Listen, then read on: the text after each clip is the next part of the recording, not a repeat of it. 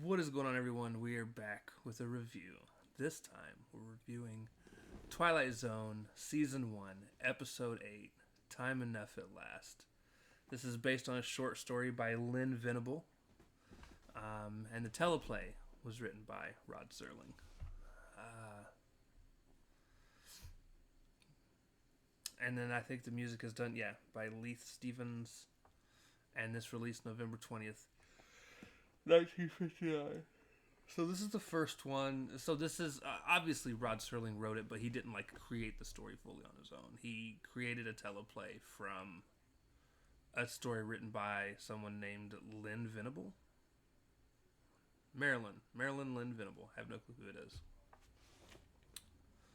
Um, so to give you guys a heads up, by the way, before we get too far into this, please make sure you check the description below because that is where you will get a link to the Patreon page where everything comes out a full week early. Full week. So please hop on over there if, that's what you want to do. Anyways, so this story is crazy in all the best ways. So we have this bookworm who starts off at work reading while working, and his boss is not too happy with it. Basically tells him he needs to quit, and he knows that he's been going down into the vault to read, and he wants him to stop worrying about reading and focus on his job while he's at work, which isn't necessarily a bad thing. He tries to explain to his boss that, my wife doesn't let me read at home. She takes things out of my hands while I'm reading, and she sounds like a terrible human being. So later on at home, we find out she is a terrible human being. And he's in the middle of reading a paper. She comes in, snatches the paper out of his hand, basically tells him, hey, we're going to go play cards with some friends. And I need you to not be a bookworm and actually go out and do things. So he grabs a book that he had hidden somewhere, sticks it in his jacket pocket. His wife meets him. She asks what's in his pocket, and he pulls out this book. He's like, oh, how did that get in there? And she's like, oh, it's a book about poetry. Would you like to read me some poetry? He's like, yes, it's got poetry written by this person and that person and this person. I would love to read you poetry. And as he opens it up, he realizes that every page has been basically scribbled out all throughout the book. She then basically, admits to it straight to his face that she did it, and then starts ripping the pages out and throwing them on the floor. At this point, I wanted her to die. I'm just saying. She's a terrible human being. I get my wish. Funny enough. So later, a little bit later,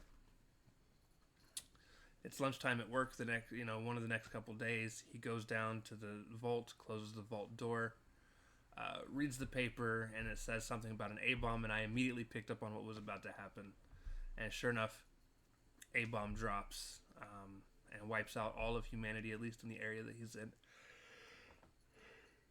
He goes on to talk about the fact that, hey, he's got food to last him a long time, but he's sad that he doesn't have any companionship, person-wise, no one to talk to, or anything to read, other than the half a newspaper that he got from being in the vault that protected him from dying.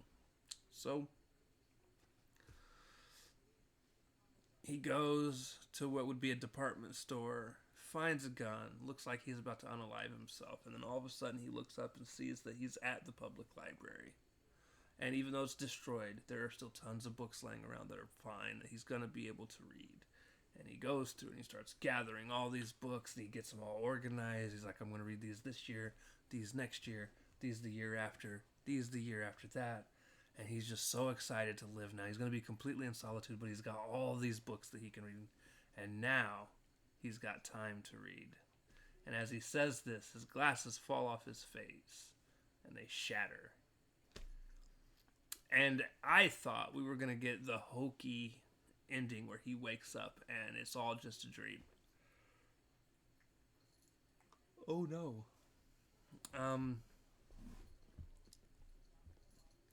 I have a theory. And it would be impossible to confirm without doing some research.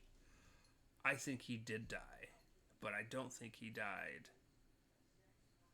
due to the A-bomb. So when he was laying on that couch, as he was laying there, he was smoking a cigarette, and he fell asleep and dropped the cigarette on him.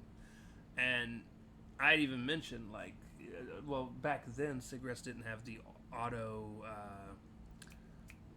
part of the cigarette that auto puts itself out so that it's not dangerous that way. Uh, and I'm curious if he's not in hell, and that's why he lost his glasses. I don't know. Either way, it's an extremely messed up ending. And see, this is what I want in short stories. I don't. Not everything needs to be a happy ending. Not even most things need to be a happy ending. It's horror. I know Twilight Zone kind of more edges on the sci-fi side of things than horror, but it's listed as a horror sci-fi anthology. But and again, I'm just being honest with you guys. It's funny. So far, the 3 stories I like the most are all the 3 stories where people end up being alone. It's because I like to be alone. Other than I actually love being with my kids, and I also love being with my fiance. So don't get it twisted. I'm just saying.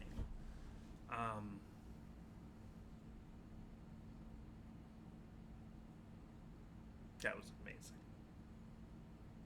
That was amazing.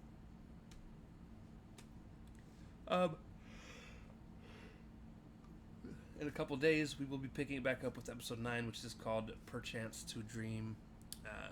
That one is actually written by somebody completely different. Rod Serling has nothing to do with it, other than I'm sure he'll narrate. And yeah, tune in tomorrow, because tomorrow you get the second to last episodes or story of Goosebumps Season 1, which is called A Night in Terror Tower. I'm excited for that. I hope you're excited for that. And we'll see you next time.